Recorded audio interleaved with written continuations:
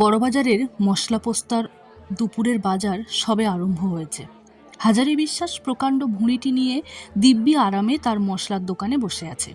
বাজার একটু মন্দা, অনেক দোকানেই বেচা কেনা একেবারে নেই বললেই চলে। তবে বিদেশি খদ্দেরের ভিড় একটু বেশি। হাজারির দোকানে লোকজন অপেক্ষাকৃত কম। ডান হাতে তালপাতার পাখার বাতাস টানতে টানতে হাজারি ঘুমের ঘোরে মাঝে মাঝে সামনের দিকে ঝুঁকে পড়ছিল। এমন সময় হঠাৎ কার পরিচিত গলার স্বর শুনে সে চমকে উঠল। বলি, ও বিশ্বাস, বিশ্বাস মশাই। বারদুই হাঁক ছেড়ে যতীন ভদ্র তার ডান হাতের লাঠিটি একটা কোণে রেখে দিয়ে সম্মুখের খালি টুলটার উপর ধপাস করে বসল। নমস্কার, আমি তৃষ্ণা। গল্পের মাঝে পরিবারের পক্ষ থেকে সকলকে জানাই স্বাগত। আজকের গল্প বিভূতিভূষণ বন্দ্যোপাধ্যায় রচিত মশলাভূত। আজকের গল্প পাঠে আমি তৃষ্ণা। যতীন এবং হরে চাকরের চরিত্রে আছেন সৌভিক শীল এবং হাজারি বিশ্বাসের চরিত্রে আছেন অর্জুন সামন্ত। চলুন শুরু করি। যতীন হাজারি বিশ্বাসের সমবয়স্ক, অনেক দিনের বন্ধু। ভাগ্যলক্ষ্মী এতকাল তার উপর অপ্রসন্ন ছিল। হালে সে হাজারির পরামর্শে মশলার বাজারে দালালি আরম্ভ করেছে। 2 পয়সা পাচ্ছেও সে। যতীনের মোটা গলার কড়া আওয়াজ পেয়ে হাজারি খুব আগ্রহান্বিত হয়ে উঠে বসল। হাজারি বিলক্ষণ জানত যে যতীন যখনই আসে কোনো একটা দাও বিষয়ে পাকাপাকি খবর না নিয়ে সে আসে না। তাই সে যতীনকে খুব খাতির করে। যতীন বললে, দেখো, শুধু দোকানদার ওই খদ্দেরের আশায় রাস্তার দিকে হাঁ করে বসে থাকলে তাতে আর টাকা আসে না, ঘুমই আসে।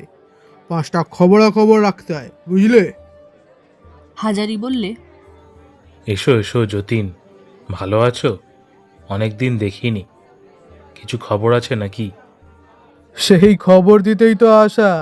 এ বাজারে শুধু গণেশের পায়ে মাথা ঠেকালেই টাকা করা যায় না, অনেক হদিস জানতে হয়, অনেক কাঠখড় পুড়িয়ে তবে টাকা, বুঝলে? এখন কি দেবে বলো? জানোই তো, যতীন ভদ্র বকে একটু বেশি, কিন্তু খবর যা আনে তা একদম পাকা। যাক, এখন আসল কথা তোমায় যা বলি মন দিয়ে শোনো। যতীন অতঃপর হাজারিকে কাছে বসিয়ে চুপি চুপি তার কথাটা বলে গেল। যতীনের কথায় টাকার গন্ধ পেয়ে হাজারি কান খাড়া করে এমনি একাগ্রভাবে শুনে যেতে লাগলো যে সত্যনারায়ণের পাঁচালিও লোকে অতটা মন দিয়ে শোনে না।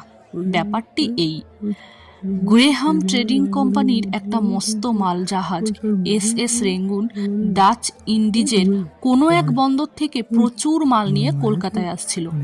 যত রকম মাল বোঝাই ছিল তার মধ্যে মশলার বস্তাই সবচেয়ে বেশি। লঙ্কা, হলুদ, জিরে, তেজপাতা প্রভৃতি কত রকমের মশলা।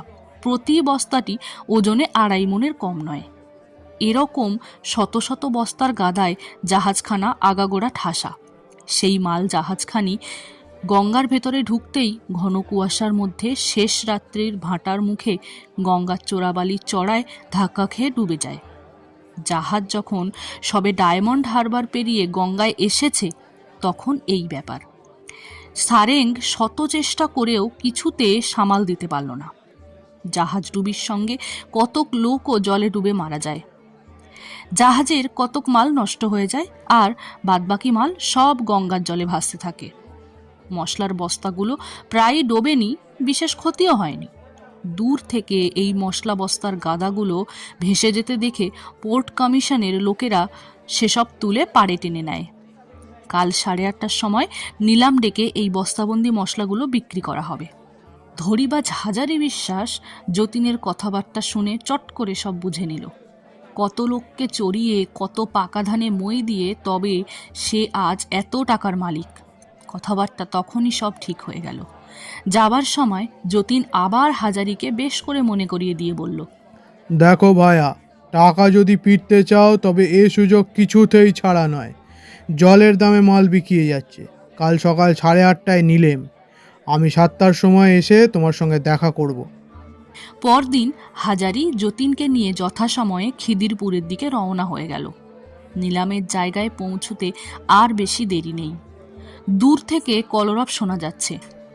যতীন আগে আগে চলেছে, হাজারি পেছনে পেছনে ছুটছে। এত বড় সস্তার কিস্তিটা ফসকে না যায়। হাজারি যতীনকে বরাবর নিলামের কাছে বস্তাগুলো গুনতি করে পাঠিয়ে দিয়েই নিজে শটান এক দৌড়ে সাহেবের কাছে গিয়ে মস্ত বড় এক সেলাম করলে। সাহেবের সঙ্গে 2 মিনিট ফিসফাস করে কি কথাবার্তা বলে হাজারি ঊর্ধ্বশ্বাসে ছুটে এসে নিলামের ডাক বন্ধ করে দিলে। যতীন বললে, কি খবর ভায়া, সুবিধে করতে পেরেছ তো?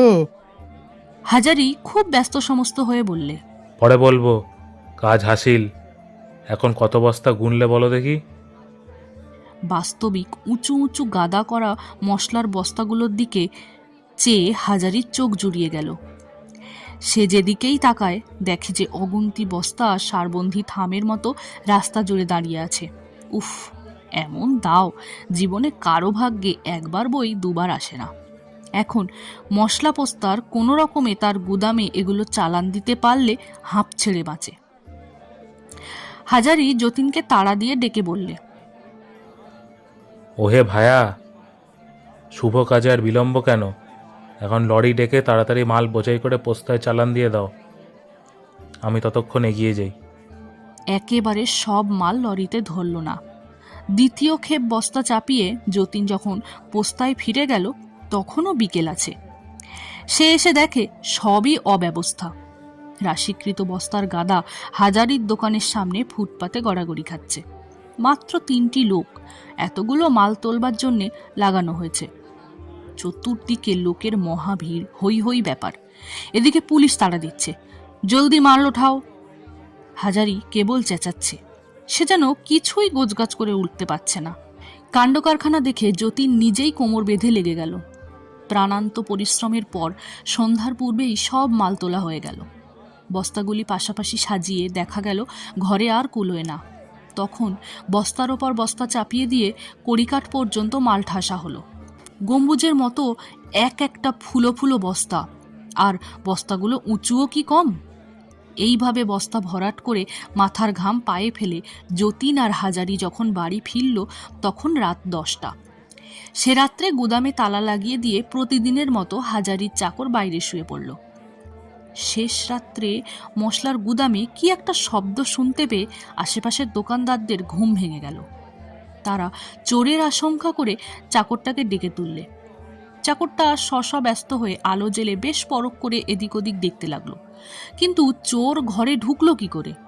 গুদামের দরজার তালা বন্ধ স্পষ্টই দেখা যাচ্ছে। খানিক বাদে আবার দুমদুম শব্দ। সকলে কান খাড়া করে রইল।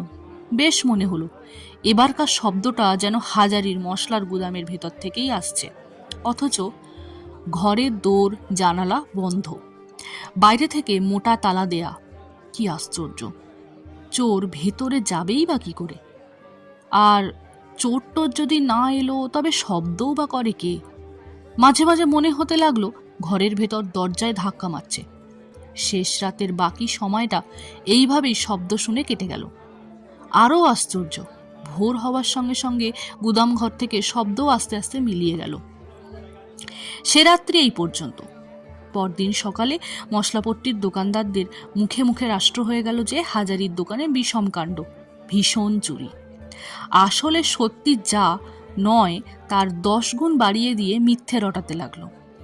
ক্রমে কথাটা হাজারির কানে উঠল। হাজারি বিশ্বাস খবর পাওয়া মাত্র দৌড়ে এসে তালা খুলে গুদামে ঢুকে দেখে বস্তাগুলো ঠিকই আছে, একটিও মালও বেহাত হয়নি। কি ব্যাপার? তখন সে ভাবলে কিছু নয়, তার মশলা বস্তাগুলো দেখে যাদের চোখ টাটিয়েছিল এর নিশ্চয়ই সেই বদমায়েশদের মধ্যে কারসাজি। তারাই মজা দেখাবার জন্য চুরির গুজব রটিয়েছে। কিন্তু হরের চাকরটাও যে বললে ভীষণ শব্দ শোনা যাচ্ছিল। এই শব্দ রহস্যটা হাজারি কিছুতেই কিনারা করতে পারলে না। চোর যদি এসেই থাকবে তবে কিছু নিলেও না, উপরন্তু শব্দ করে জানান দিয়ে চলে গেল, এ কি ব্যাপার? তবে কি তাকে ভয় দেখাবার জন্যেই রাত্রিবেলা দুর্বৃত্তরা এসব আয়োজন করেছে? 7-5 ভেবে হাজারি সেদিনকার মতো কথাটা চেপে গেল। ভাবলে আজ রাতে আর বাড়ি না গিয়ে নিজেই দোকান পাহারা দেবে। করলেও তাই। রাত্রে ঘুমোবার আগে হাজারি বেশ করে চাকরটাকে নিয়ে গুদামের উপর থেকে আরম্ভ করে নিচ পর্যন্ত পাতি পাতি করে প্রত্যেকটা বস্তার গাদা দেখতে লাগলো। তারপর ভেতর থেকে জানালাটা খুলে রেখে ঘরে তালা লাগিয়ে দিল। তবে আজ একটা নয়, হবসের 4 লিভারের 2টো মস্ত ভারী তালা। হাজারি চাকরটাকে নিয়ে ঘরের সামনে শুয়ে নানা কথাবার্তার পর যখন ঘুমিয়ে পড়ল তখন রাত দুপুর। শেষ রাতের দিকে কি একটা শব্দ হতেই হাজারি ঘুম ভেঙে গেল। হরি চাকরটা আগেই একটা শব্দ শুনতে পেয়েছিল। গত রাত্রের ব্যাপারটাও তার বেশ মনে আছে, তাই সে নিজে আর কোনো কথা না বলে চুপ করেই পড়েছিল। কিন্তু খানিক বাদেই ও আবার কিসের শব্দ। ঘরের ভেতর বস্তায় বস্তায় কি বিষম ধস্তাধস্তি, যেন দৈত্য দানবের লড়াই বেঁধেছে। হরে আর হাজারি তখন ধর্মর করে এক লাফে বিছানা ছেড়ে আলো জ্বালিয়ে দেখতে লাগলো তালা ঠিক আছে কিনা। তালা দুটো ঠিকই আছে। হাজারি জানালার ফাঁকে চোখ তাকিয়ে দেখতে গেলে দুটো প্রকাণ্ড বস্তা ঘরের ভেতর থেকে দরজায় ঢু মারছে। ভয়ে হাজারির চোখ দুটো ডাগর হয়ে উঠল। বস্তা জীবন্ত হয়ে উঠল নাকি? না, সে চোখে ভুল দেখছে, না অনিদ্রায় আর দুর্ভাবনায় তার মাথা ঠিক নেই। হাজারি ভয়ে ভয়ে খানিকটা চোখ বুজে রইল। হাজারির চোখ যখন খুললে তখন ভোরের আলো জানালার গড়াত দিয়ে ঘরে স্পষ্ট দেখা গিয়েছে, সঙ্গে শব্দ টব্দ থেমে গিয়েছে। হরে অমনি বলে উঠল, বাবু, সেদিনও দেখেছি ভোর হতেই শব্দ থেমে যায়। হাজারি আর দ্বিরুক্তি না করে তালা খুলে ঘরে ঢুকে দেখলে কোথাও কিছু নেই। মালপত্র ঠিকই আছে, তবে কালকের থেকে আজ তফাৎ এই যে বস্তাগুলো যেটি যে জায়গায় দাঁড় করানো ছিল সেটি ঠিক সেখানে নেই। প্রত্যেক বস্তাটিই যেন সরে সরে তফাৎ হয়ে গেছে। একটা বস্তা আর একটার ঘাড়ে কাত হয়ে পড়েছে। বিশেষ করে পেছন দিকের কতকগুলো বস্তা হান্ডুল বান্ডুল অবস্থায় পড়ে রয়েছে। হাজারি মহাভাবনায় পড়ে গেল। চোরই যদি হয় তবে শব্দের সৃষ্টিপাত কেন? আর চোর ঢোকেই বা কোথা থেকে, আর বেরিয়েই বা যায় কেমন করে? অসম্ভব। তবে কি জাহাজডুবির লোকগুলো ডুবে ভূত হয়ে মশলা বস্তায় যে যায় ঢুকে বসে আছে? লাটের মাল কিনে অবধি দুরাত্রি তো এইভাবে কাটলো, আজ তৃতীয় রাত্রি। হাজারির রোগ অসম্ভব বেড়ে গেছে। আজ সে মরিয়া হয়ে দুজন লোক নিয়ে সারা রাত্রি গুদামের বাইরে জেগে বসে রইল। হাতের কাছে যাকেই সে পাবে কিছুতেই আজ আর তাকে আস্ত রাখবে না। তার এই অভীষ্ট সিদ্ধি করার জন্যে দিন মানেই সে খুব ঘুমিয়ে নিয়েছে, পাছে রাত্রে ঘুমিয়ে পড়ে। পাশের ঘরের ঘড়িতে 4টে বেজে গেল। হাজারির চোখের পাতা পড়ে না। সে ঠায় জেগে আছে, কোথাও কিছু নেই। কিন্তু হঠাৎ একই কাণ্ড। শত শত লোক একত্র খুব দম নিয়ে নিঃশ্বাস টেনে ছেড়ে দিল। যেমন একটা ঝড়ের মতো সাঁই সাঁই করে শব্দ হয়, অবিকল তেমনি একটা শব্দ শোনা গেল। হাজারি আলো জ্বালিয়ে দিয়েই এক লাফে দাঁড়িয়ে উঠল। দরজার দোরগড়ায় যে দুটো লোক শুয়েছিল হাজারি চট করে তাদের জাগিয়ে দিয়ে বললে, তোরা শিগগিরই ঘরের পেছনটায় দৌড়ে গিয়ে দেখ দেখি চোরেরা সেখানে শীত কেটেছে নাকি। কিসের শীত আর কোথায় বা চোর? বস্তাগুলো যে সব হাই ছেড়ে সারবন্ধি দাঁড়াতে লাগলো। হরে চাকরটা ভয়ের সুরে বললে, বাবু, বাবু, এদিকে চেয়ে দেখুন। হাজারি দুই চোখ বিস্ফারিত করে চেয়ে বললে, বলে কি, আমার মশলার বস্তা নাচছে? চাকর দুজনে দৃশ্য দেখেই ভয়ে দে চম্পট। তখন এক অদ্ভুত কাণ্ড। বস্তাগুলো সব একটির পর একটি ঠক ঠক করে ঠিকরে রাস্তায় বেরিয়ে পড়ল। সৈন্ধব লবণের প্রকাণ্ড জাঁদরেল গোছের বস্তাটা তো সর্বাগ্রে বেরিয়ে পড়েই শটান গঙ্গার দিকে দে ছুট। অন্য বস্তাগুলো সব সারি দিয়ে ফুটপাতে দাঁড়িয়ে ধিনিক ধিনিক করে খানিকটা নেচে নিয়ে তারপর সামনে লাফিয়ে মার্চ করে স্ট্যান্ড রোড ট্রামের রাস্তা ছাড়িয়ে চলতে লাগলো। নিলামে কেনা বস্তাগুলো দলের অগ্রণী হয়ে চলেছে। পেছনে পেছনে চলছে সারবন্দি গুদামের অন্য অন্য বস্তা। এইভাবে হাজারির মশলার গুদাম উজাড় হয়ে গেল। শেষ রাত্রি, আকাশে ভাসা ভাসা মেঘ, গঙ্গার জলে মেটে জ্যোৎস্না। হাজারি বিশ্বাস একা দাঁড়িয়ে সে ফ্যাল ফ্যাল করে চেয়ে দেখছে। লোক ডেকে চেঁচিয়ে উঠবে সে শক্তিও তার লুপ্ত। সারবন্দি মশলার বস্তাগুলো গঙ্গার জলে দিল ডুব। এইভাবে পরপর সমস্ত বস্তা একে একে গঙ্গার জলে ঝাঁপিয়ে পড়তে লাগলো। এবারেও আগে ডুবলো নিলামের বস্তাগুলো, তারপর গুদামের অন্য অন্য বস্তা। এক রাত্রির মধ্যে হাজারি বিলক্ষণ নিঃস্ব হয়ে গেল। এই ঘটনা শোনার পর হাজারির প্রতিবেশী দোকানদারেরা সকলেই বিজ্ঞের মতো ঘাড় নেড়ে নেড়ে এক বাক্যে বললে, আমরা অনেক আগেই জানতুম ভরা অমাবস্যায় জাহাজ ডুবি আর সেই লাটের মাল কিনলে কিপটে হাজারি বিশ্বাস। ভাগ্যিস বুদ্ধি করে আমরা ঘেঁষিনি, এ মাল কিনলে আমাদের কি আর রক্ষে থাকতো? আজকের গল্প এখানে শেষ। আপনাদের সঙ্গে আবার দেখা হচ্ছে কোনো এক নতুন গল্পের মাধ্যমে। আর হ্যাঁ, আপনারা যদি চান আপনাদের ইচ্ছে মতো কোনো গল্প শুনতে, তবে অবশ্যই কমেন্ট করবেন, চেষ্টা করব শোনাবার। ততক্ষণে লাইক, কমেন্ট এবং চ্যানেলটি সাবস্ক্রাইব করে আমাদের পাশে থাকবেন, বন্ধুদের সাথে শেয়ার করবেন। ধন্যবাদ।